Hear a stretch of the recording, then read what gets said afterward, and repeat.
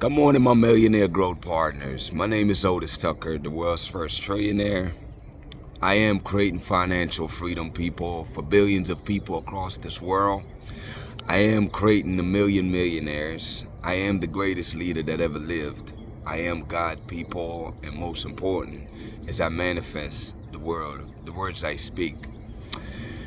My message today, people, is to talk about the roles of government in this new world.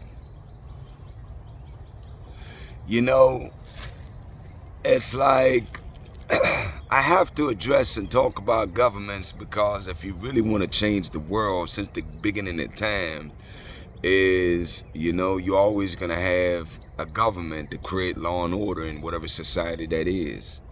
Policies and so forth that dictate things. So with that being said, there's no real freedom for people unless it involves the government, So what does that really look like? Like, what does a great government look like, And I think number one is that it's got to be a government that is a real and true representation of the people.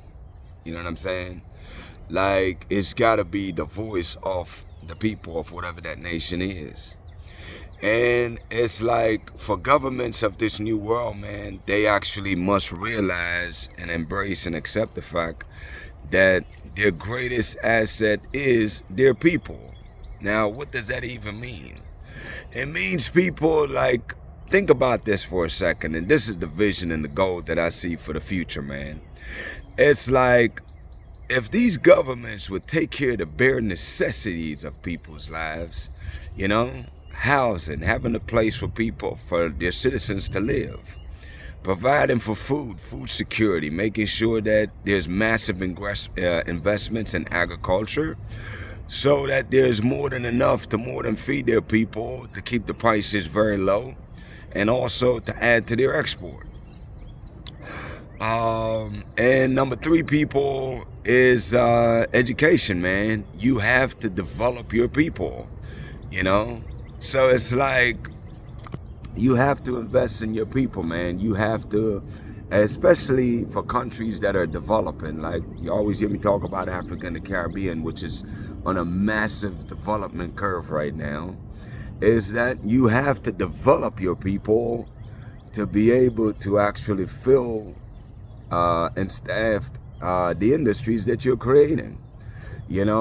It's like, you have to do that, people. And even if it's like, obviously there's different ways of approaching this.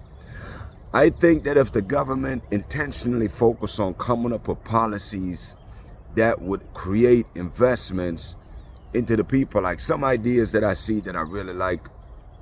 I know Jamaica have one right now where they create an account, I want to say it's for kids, and they will be investing a certain amount per year, which will accumulate to return. And when the child is 18 years old, they would have access to that money to do whatever they need to do with it, whether it's school or buy a house or whatever the heck the case is.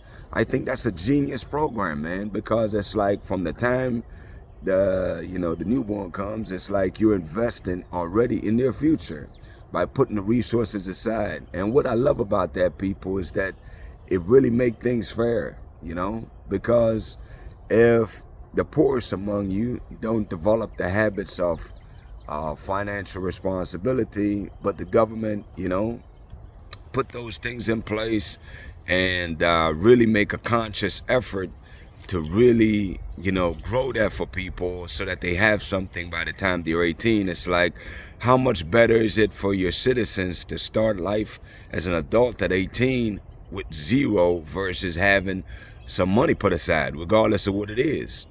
I think that is great, you know what I'm saying? And I don't know if that's the way they got it set up now, but I'm thinking it's a no-brainer. Obviously, the money that you're investing, I'm hoping that they're investing it in the businesses within their stock market in their countries.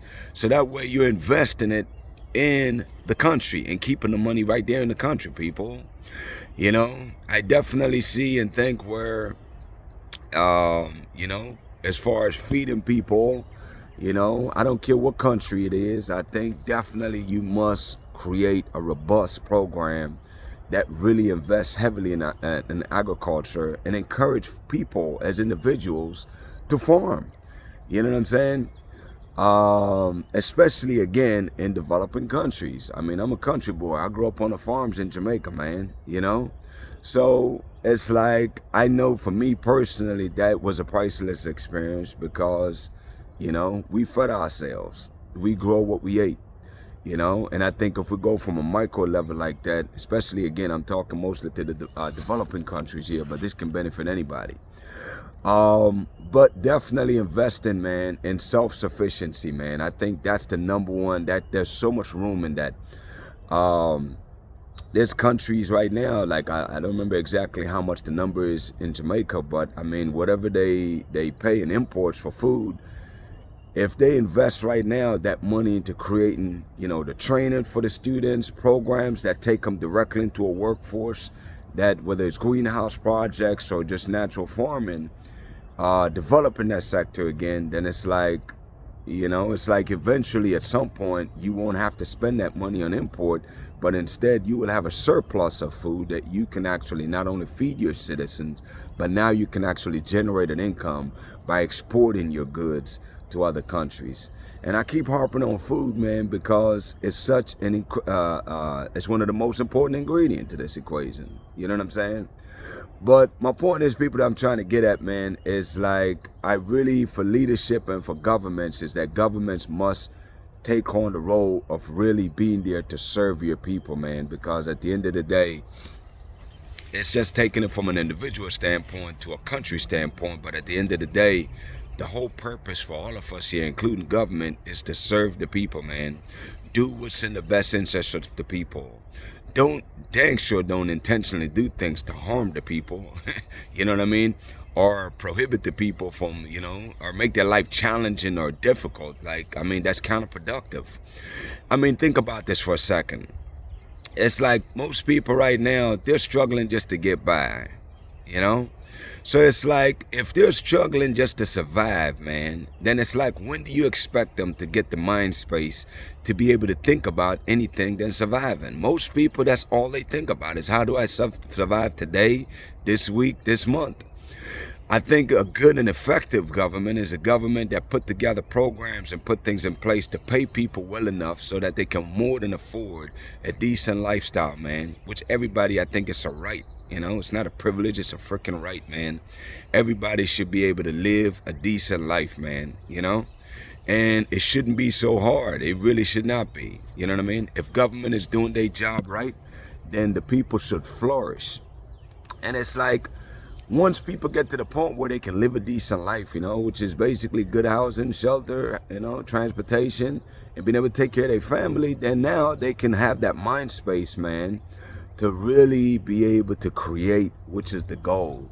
Imagine if all your citizens was at a point where they're not in desperate need and they're living okay, and you giving them goals and empowering them to go after big goals and dreams and to help the country to get to new heights. People, that's the vision that I'm seeing for the future, man, and that's what I would love to encourage and foster across this world, man. You know what I'm saying? I just know that it's a recipe for winning. It's a recipe for people having amazing lives, which is all I care about, people. Is people living an amazing life. That is the goal. That is the vision, you know? Anyways, people, real quick shout out to Africa and the Caribbean, man. Listen, right now, the fastest growing countries are right there in Africa. And Jamaica is like an explosive growth spurt, man. It's like, I was watching recently here, it's like a lot of these new developments they have, some of them, I mean, by the time they post it within a week, sometimes days, they're selling out, you know, which to me, that's all great signs. That means that you're massively developing, and that excites me. Anyways, people, my declaration over your life, number one, is that you are a millionaire. Number two, you're married to the person of your dreams. Number three, you have amazing health and is in the best shape of your life, people. My prayer for you today, man, is that you start thinking for yourself, people, and think of amazing things that you can create for this world, man. Focus on your contribution to this world, people. Have a great day. We'll talk tomorrow.